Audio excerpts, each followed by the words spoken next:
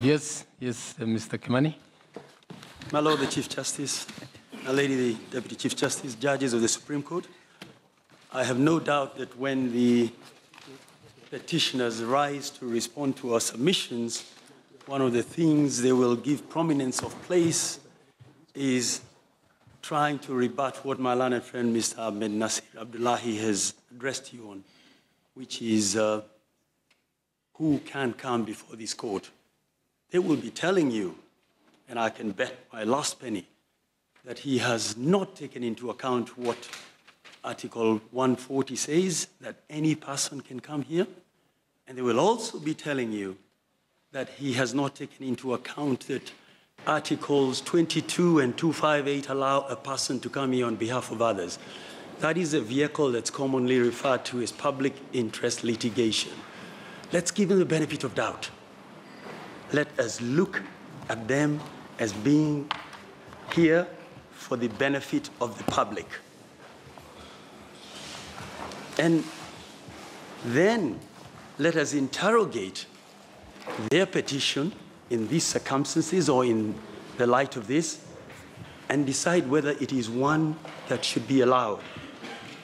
Now, it's no doubt that public interest litigation is a most useful device.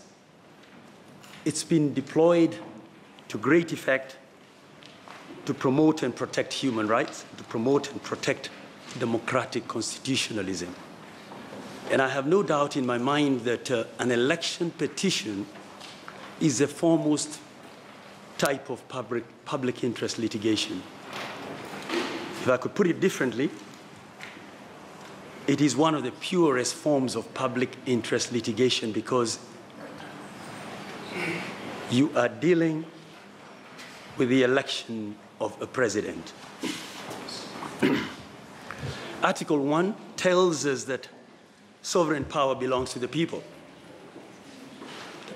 Article 1, sub-article 2 tells us how the people exercise their sovereign power, and this is either directly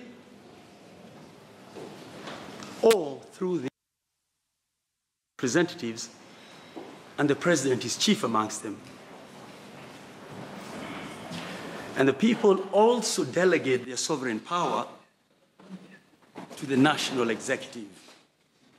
Now, your responsibility as the Supreme Court is to assert the supremacy of the Constitution and the sovereignty of the people. Section 3 of your Act says as much. What we have to do is to examine who the petitioners are. With regard to the first petitioner, he says that he is a law-abiding citizen who believes in the rule of law. He is here to defend the rights of others. Same thing is set out by the second and third petitioners. In fact, they plead it even more expressly in their petition. What the second and third petitioners do not tell you is that they are also, in the case of the second petitioner, a member of a political party and an active member of that, the Orange Democratic Party, that is Mr. Khalif Khalifa. And the third petitioner, a sympathizer of that party. Now, when you retire, I'd invite you to look at our document number 5. This is the affidavit of Davis Chirchir, sworn in response to the second petitioner's affidavit. We have tried to be helpful by attaching at the back of our submissions filed on the 14th an index of the documents that we have filed in response to this petition. Now, at paragraphs 109 to 120, we set out the circumstances of the second and third petitioners. Now, I'm not going to suggest for one moment that a member of the Orange Democratic Party, or for that matter, any political party, cannot approach the court through a petition. That's not what I'm saying.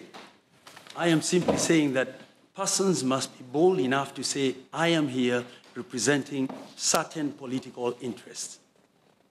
They must not hide behind the public interest. They must not suggest that they are acting purely out of the public interest. It should not be for the respondent to come and point out that these are actually active members of a political party that took a decision not to participate in the election. But it goes beyond that.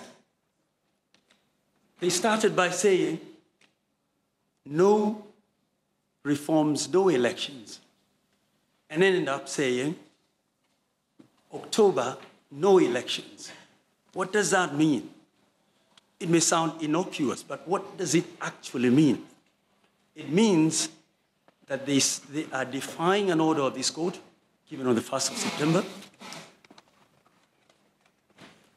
But that order of the court is founded on Article 140, Sub-Article 3. So they're not just defying the court. They are defying the Constitution. And what does the Constitution tell us about defiance to it? We must look at Article 2, Sub-Article 4. And I can do no better than read it. It says, any law, including customary law, that is inconsistent with this Constitution is void to the extent of the inconsistency. And any act, this is a really important bit, any act or omission in contravention of this Constitution is invalid. So when a party tells you, we are not going to have elections in this country, they are defying the Constitution, they are defying the court. And if a petition is built on that foundation, it is for striking out, not even dismissal. If I could put it differently, you cannot build something on nothing. Their very foundation is bad.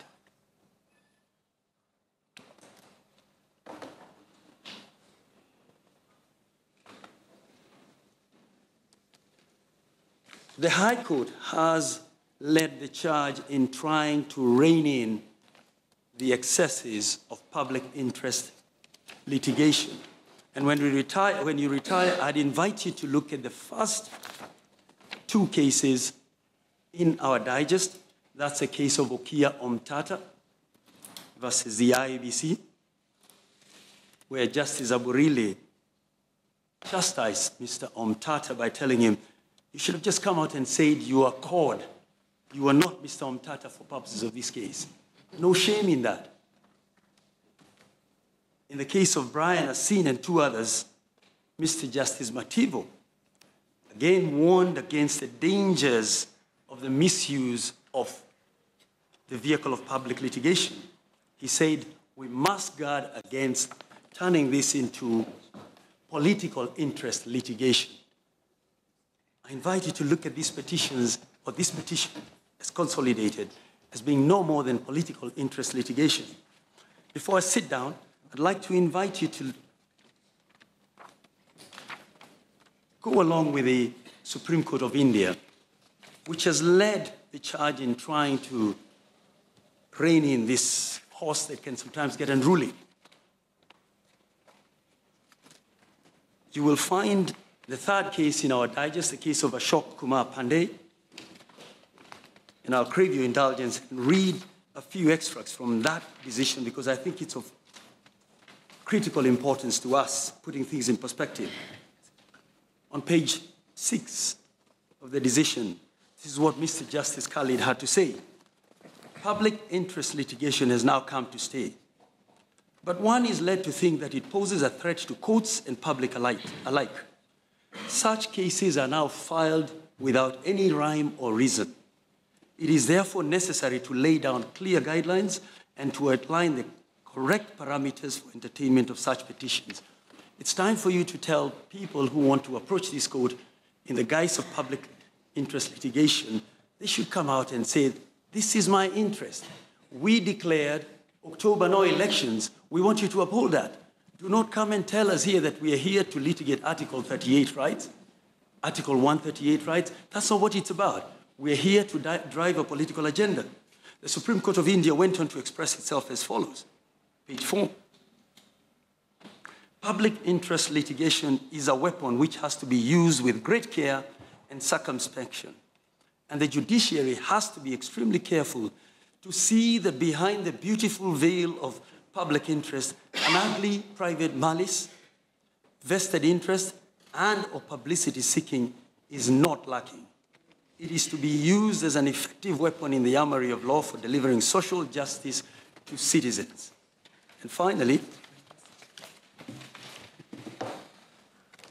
the petitions of such busybodies, they describe persons who hide behind this, of such busybodies deserve to be thrown out by rejection at the threshold, and in appropriate cases with exemplary costs. Two last points. This court has steered clear of awarding costs in matters of this nature. If you accept, as we are trying to persuade you, that these petitions were in fact filed to drive forward the agenda of a person who elected, as is entitled to do, not to participate in the elections, but decided to take it a step forward in encouraging his supporters to keep others away, then you should depart from your practice and award costs. But more importantly, we must think of the cost that cases of this nature subject this country to. We must consider the consequences of having to sit here and engage this court. I doubt that this court has done much else over the last month other than prepare. We must consider the enormous social, economic cost to this country. So what is my plea to you as a Supreme Court? First, you are the Supreme Court of Kenya, not Supreme Court of those who elected to vote or those who chose not to vote. Both were exercising their rights. Your job, in my humble view, is to give us back our country. And how would you do that? You would do that by rejecting these petitions because, for the reasons expounded by my learned friends, Mr. Fred Ngati, and those by Mohammed Ahmed Nasir Abdullahi, and what you will hear from Tom Masharia and Ken Ogeto, there are no grounds for invalidating the election of the president-elect. Those are my submissions, unless you have any questions for me.